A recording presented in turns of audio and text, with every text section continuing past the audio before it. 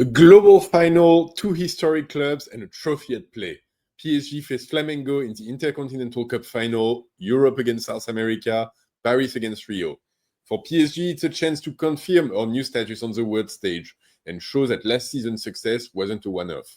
For Flamengo, it's about pride, identity, and proving that South American football still belongs at the very top. Two very different styles, two massive fan bases, and one trophy on the line. Let's break down the context, the key matchups, and what PSG need to do to bring this one home.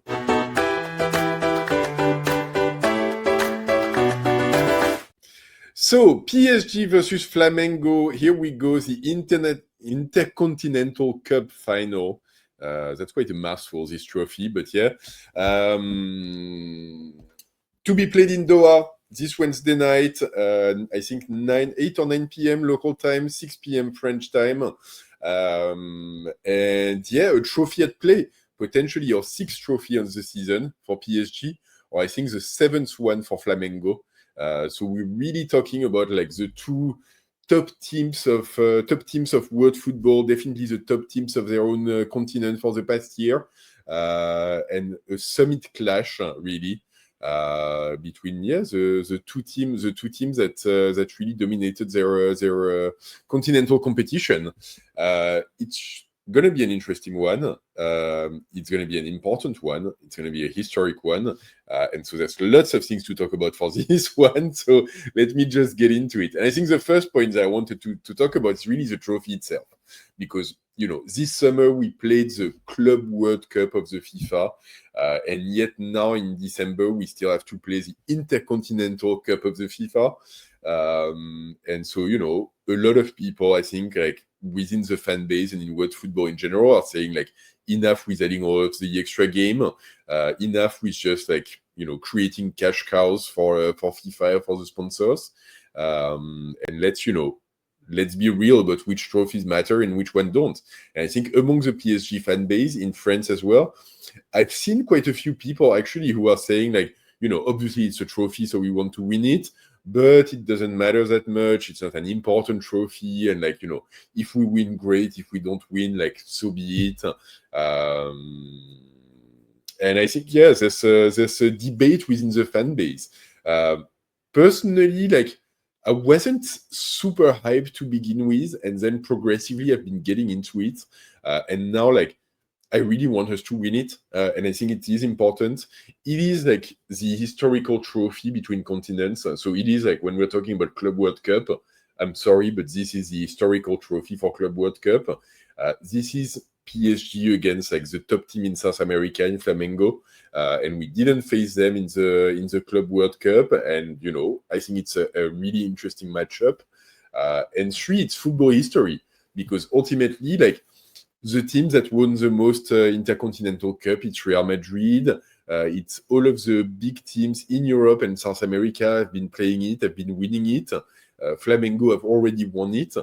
And so it's a trophy that I want PSG's name on for the time being. I want the badge on our jersey of winners of the Intercontinental Cup. And I want, the history-making 6th trophy in a year, which really puts us among the historically like top teams of world football. So yeah, in the end, like, yes, sure, it's not like the sexiest trophy. Yes, sure, like the fans of other teams, at least in Europe, aren't really gonna care that much, like one way or the other. Despite Marseille doing their very best to look ridiculous. So if you haven't seen, like, Marseille actually did a tweet in support of Flamengo. Marseille, like, please take care of yourselves first, like, seriously. So they did a tweet, I think in Portuguese as well, so like really going all the way into the ridiculous, but it is what it is. And so, yeah, like, all the more reason for us to take this one very seriously. I honestly think that from the get-go, all of the players and the staff in PSG did take it very seriously. Because I think for pro players, they would realize like the historic significance of it, and more than anything, like, as competitors, they want to win every trophy that they take part of. And so, like, I'm pretty certain that, Luis Enrique and his staff and the players, like, they're gonna do all they can to actually win it. And I think that's really the attitude that we need to have. Like, I don't care who the opposition is. I don't care like if it matters or not. Like, it's a trophy. I want to win it. I want to win it, and that's it. And we win the trophies. PSG, like, too often we've been like, lax mentally, lax in our approach to the big games and so on. It hasn't been the case. Sorry, it hasn't been the case anymore since Luis Enrique arrived. So I want to keep this kind of energy going and say like, hey, this is a trophy. We're in the final. We're playing to win it, and like we're gonna be the stronger team, and we're gonna get our hands on it. So trophy at play and trophy for us. And I think going into this, it's actually great because we're seeing a PSG team that's getting really close to being back at full strength. Obviously, we still have players missing, but we're very like I think probably like we might see the strongest starting 11 that we've seen this season so far. And so that gives me a lot of excitement because we've suffered through 4 or 5 months of competitions, of having to deal with injuries, having to deal with turnovers, having to deal with managing fitness and so on. Like, for the first time, we might have an 11 on the pitch where you can go like, yeah, like, yeah, like this is what we do. This is who we are, and we're coming at this with our full strength and get ready to get PSG in your face. So in details for the starting 11, there's still a few uncertainties, and I think the first one is actually for the goalkeeper. The chatter that we're getting from PSG is that for the last 3 games of the calendar year, we're going to be seeing our 3 goalkeeper. And so Safonov played the game against Metz. Chevalier should be back in goal for the Flamengo game. And then our third goalkeeper, Renato Marin, might get his first chance with the pros in our French Cup game against Vendée Fontenay. I think it makes some sort of sense. And at the same time, like there's a lot of question marks in my mind around it.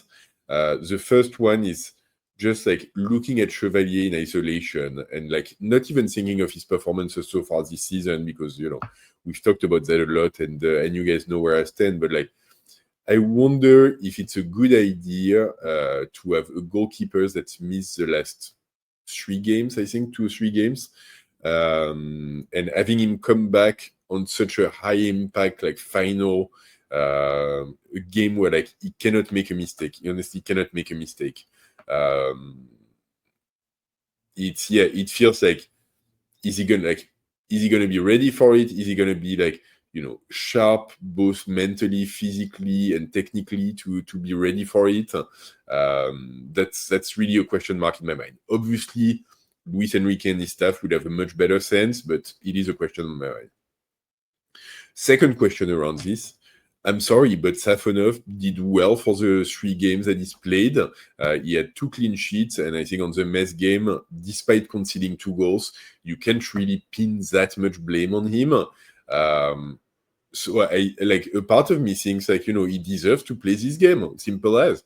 He's been doing well for the past 3 games. Like I don't see why what he's done or like what we've seen in the past. That would really deserve to take him off of the first squad exactly at the point where it's a really like important and interesting game that comes up. So we'll have to see. That's more like man management question. And I think once again, Luis Enrique has been amazing at doing those things. So you've got to trust in him to take the best decision possible in the best way possible for the club. But it's a question mark as well. And then you get into like the whole Chevalier level of it all, which obviously we've seen mistakes from him this season. We've talked about it time and time again. So you've got to wonder whether he's just like simply at this point like the best goalkeeper. I'm not saying in terms of potential. I'm not saying in the future. I'm not saying like on at his peak level even. But based on what he's been producing, based on what we've seen of him, based on where he seems to be right here, right now, is he like really the goalkeeper that we want to be playing in such an important game with a trophy at play? I think it's a fair question. We'll see which way Luis Enrique leans and what decision he makes, but that seems to be it. In defense, moving on. In defense, we should have a back four of Warren Zaire-Emery on the right, 100% confirmed. Despite, I think, being looking a little bit tired in the Metz game. So hopefully he can play this game and then we play someone else for the French Cup. And then in the middle, we're going to have Marquinhos, who's back from injury, who rested for a couple of games, and so he's back in play against the Brazilian team as well. I think he's an asset more than anything. Pacho next to him, no drama there, and probably Nuno Mendes on the left, who's played against Bilbao, who sat out on the Metz game, and so I think he probably plays this game and then doesn't play the French Cup game. In the middle, we're going to have our usual three: Vitinha, Fabian Ruiz, Joao Neves, back together, and that makes me very excited and very happy. Both Fabian Ruiz and Joao Neves essentially sat out of the Metz game, so they should be a bit more rested and a bit more able to turn on the intensity in this game. They're going to have a big battle ahead of them as well, and then up front. Like I said, I think for the first time, we're going to have a front three that actually looks pretty ferocious. So we're going to have Kvara on the left, Barcola on the right, and Doué in the middle. And you can expect the three of them to obviously be switching and moving positions. But yeah, Doué is the most recent one. He played for 45 minutes against Metz. He had played for 30 minutes in the game before that against Bilbao. So I think this time he starts and probably plays about 60 minutes, and maybe at the 60th or so, leaves his spot to Dembele, who's also back in the squad. That could be good. And then on the two wingers as well, both of them also didn't start against Metz. So I think a player like Barcola, he's been playing quite a lot less in recent games. I think since the last international break, Luis Enrique has been a bit more careful in terms of how much he uses him and how many minutes he's playing. Kvara, he's played a bit more recently. I think it's cold. It's warm and cold with Kvara. Sometimes he turns in amazing performances, sometimes not so much. For a big game like this, you've got to be hoping we see dominant Kvara. And I think the two of them ultimately versus this Flamengo defense with Doué as well. It could be a lot of fun. I'll just say that. And actually, that ties me back to what to expect from Flamengo. And I'll be upfront. I don't watch Brazilian football every weekend. As much as I would love to, I don't have that kind of time. I'm not a deep expert on Flamengo, Brazilian football, whatever it is. I've seen them play in the Club World Cup, and I remember their game against Bayern Munich in particular was really fairly impressive. At the same time, they do have a lot of flaws by design, which I think work very well in our favor. And I think in the end, it really depends what kind of game do we end up playing. If we play PSG's game of, a PSG team that turns it on like we've been doing in the Champions League, high intensity, high press, physical, and really get the ball away from them and force them to run after the ball for 90 minutes, yeah, it could turn into a pretty interesting game for PSG. If on the other end, we let this Flamengo team control the pace of the game, and it's a team of very experienced players. It's a team with a coach who's, Felipe Luis. He's played in Atletico Madrid for the longest time. He's learned the dark arts from Simeone. He played in Chelsea for a while. He knows the level of ways of playing of the top European teams. And within this squad, he's got a lot of players as well who's been in there. He's got Danilo, he's got Sandro, he's got there's quite a few former Brazilian player. Jorginho is in there as well. So there's quite a few players who have been in Europe for a while, Everton, who was in Benfica. So yeah, quite a few players who've been in Europe for a while, quite a few players who are in their 30s or pushing 35 even. And so I think like that kind of helps frame what this team does, which is they are very good at controlling the tempo of the game. They are very good at playing a very smart kind of football. They are technically very sound, tactically very sound. They play a 4-2-3-1. Typically, they like to attack, but they sit with kind of a middle level of press. They're not going to be parking the bus against us, I think, because that's just simply not the games that they play and how they see the game. That's not the philosophy. But at the same time, yeah, if they turn the game like a little bit ugly, and like I say this with respect, but you know, they break the tempo, they go for sequences of short passes, they go for the tactical falls there here and there, the you know, contests and talking and so on, and like it could turn into like a difficult one for us.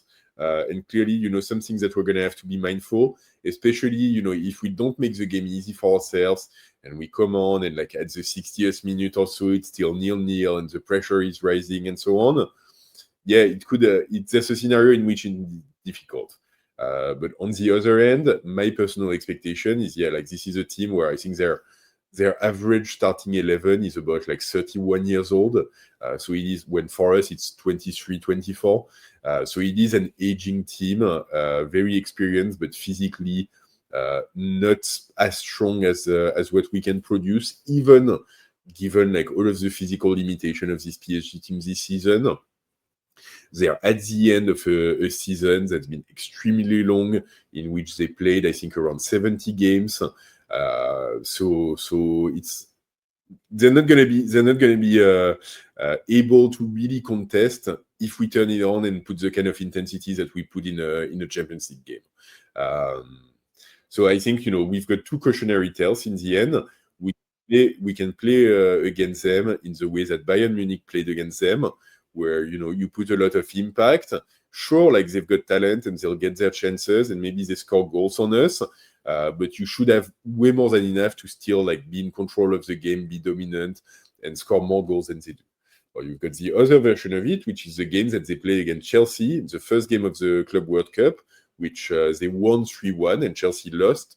And which, you know, Chelsea was not all there, not completely focused on the game, took it a little bit like without focus and without concentration. And ultimately, like they ended up losing that game. They ended up losing that game because there's quality in this Flamengo team. So we need to be careful.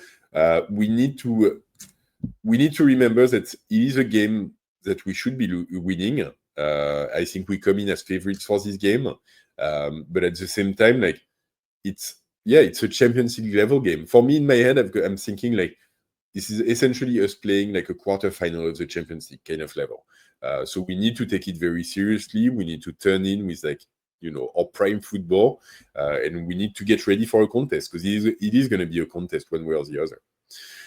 So in the end, what is my prediction for it? I've kind of teased at it, I guess, throughout, like what I was saying just now. I think it's a PSG win. I'm going to back ourselves because I do think that not only I want the trophy, but the players want the trophy and the club wants the trophy. And I do think that we've got more physically, tactically, technically. I think we've got more to bring on the pitch at this Flamengo team.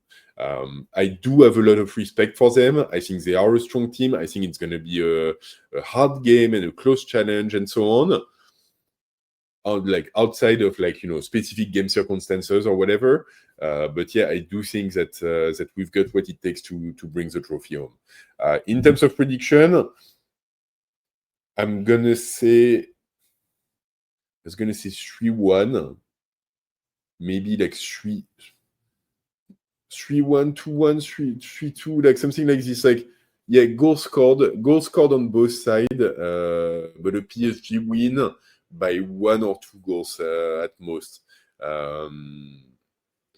Yeah, I could see. I can come back to the idea of 3-1. I can see us like kind of scoring first, then like Botafogo, Flamengo equalizes, then we pick up the lead at the beginning of the second half or something like this, and then score the third goal at the tail end of the game when they're like pushing to catch up or something like this. So I'll say 3-1. That's going to be my prediction for this one. We get the trophy. I'm all for that. And so yeah, we'll see whether I'm right or not. Like hopefully I'm right. So anyway, this is what I had for you guys for this game. The vultures are approaching, the vultures of Flamengo. So let's be careful. Let's back ourselves though, and let's go pick up a trophy in Doha. So let me know in the comment, what is your prediction for this game? What kind of scoreline are you looking at? What's your expectation as well in terms of what kind of game are we going to be playing? And what's your level of excitement for this competition in general? If you've made it this far, as always, please drop a like on the video. Please subscribe to the channel if you haven't subscribed yet. I'm counting on you guys. And also hit the bell to get notified of future videos. And don't forget, in Doha against Flamengo, ici c'est pareil!